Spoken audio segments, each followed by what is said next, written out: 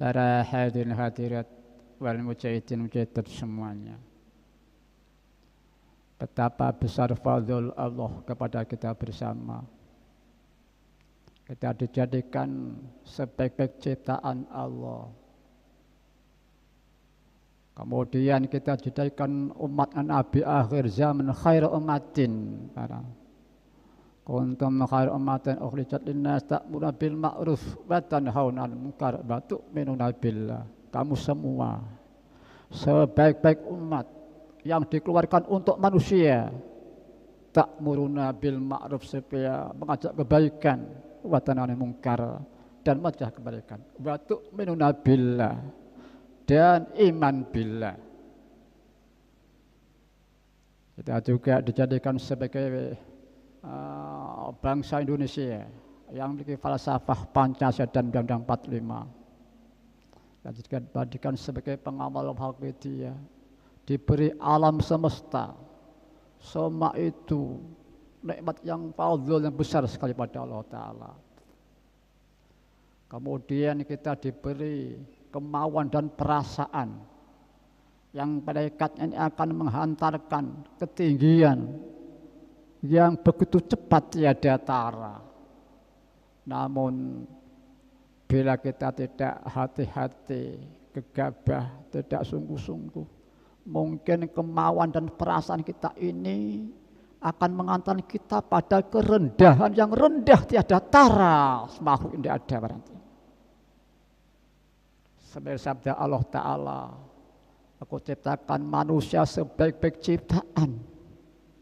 Tapi bila tidak tepat, ku jungkir balikan serendah-rendah ciptaan Allah para mencintai.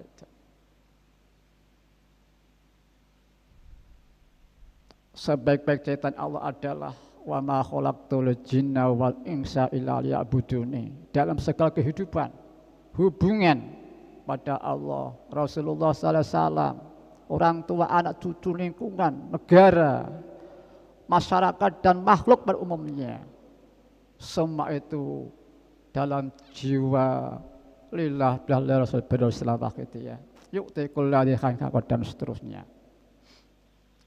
Para mujahidin wal mujahidat, kita mari belajar bersama-sama sambil introspeksi, sambil belajar memahami apa sih tugas kita hidup di dunia ini, para mujahidin mujahidat. Secara singkat, konstruksinya, rohnya adalah lillah billah li rasul birasul li rasul billah. Konstruksi bangunannya yu'ti kulladzi haqqin haqqah taqdimul anfa'alham summa anfa'fal anfa'. Ini secara global. Tidak ada yang sempurna ruhnya sebagai orang beragama seperti lillah billah li rasul birasul li rasul billah. Tentang lighos bilghos diantaranya Nabi berfirman, Allah berfirman dalam hadits qudsinya, tidak bisa dikatakan syukur kepada Allah bila tidak syukur kepada manusia. Jadi syukur kepada manusia, entah itu orang tuanya, temannya, gurunya, syukur pada manusia ini merupakan penjabaran syukur kepada Allah. Bila kita syukur pada Allah, maka seharusnya kita syukur pada orang tua dan seterusnya. Para mujahid dan mujahidat yang kami hormati, syukur pada manusia merupakan penjabaran syukur pada Allah. Sekali lagi tidak bisa dikatakan syukur pada Allah bila tidak syukur pada manusia. Apalagi terbalik, syukur pada manusia tidak syukur pada Allah, jauh lebih tidak bisa syukur para mujahidat. Ini diantaranya yang perlu kita pahami secara global. Mari kita melangkah belajar bersama-sama di dalam yu'ti kulladzi haqqin haqqah. Insya Allah kalau kami tidak salah pernah mengatakan, di mana ada hubungan, disitulah terjadi hak dan kewajiban. Ada tata hukum, ada akhlak. Itu pun bertingkat-tingkat bobot ringannya suatu perbuatan itu sendiri.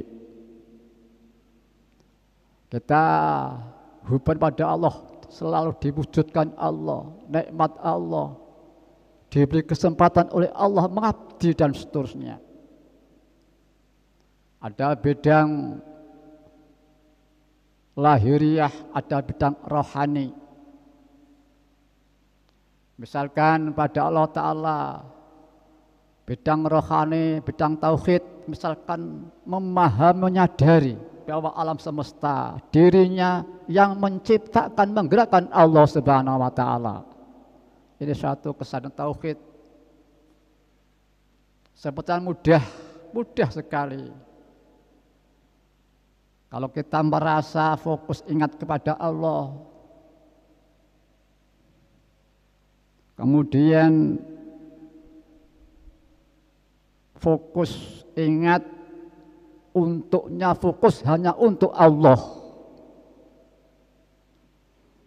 Kalau perkembangan manusia mungkin usaha, mungkin surga, mungkin neraka, maka muaranya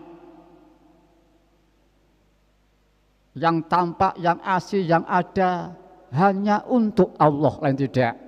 Walaupun perjalanannya dia berjalan untuk surga, neraka, usaha, pengetahuan dan seterusnya.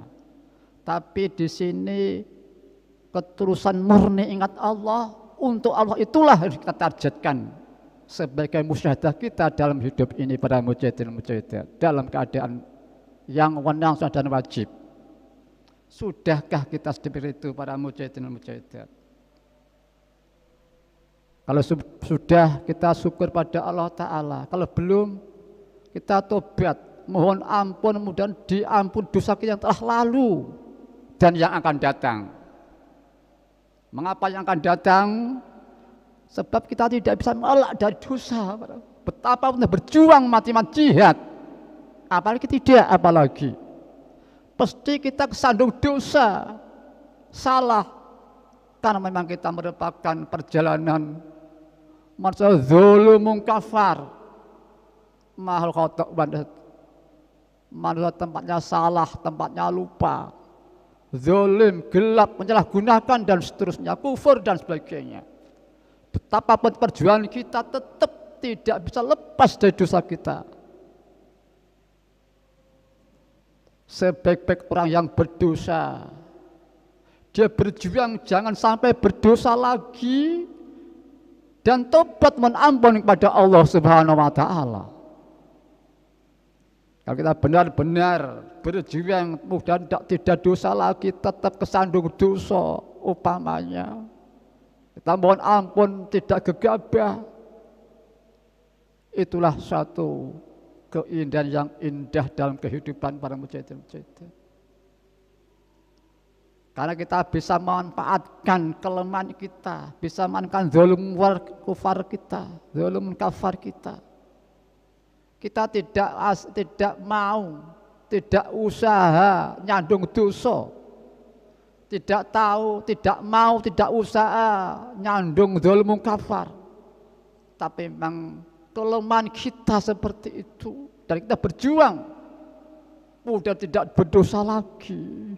Mohon ampun pada Allah Ta'ala, maka alangkah indahnya para mujahidin.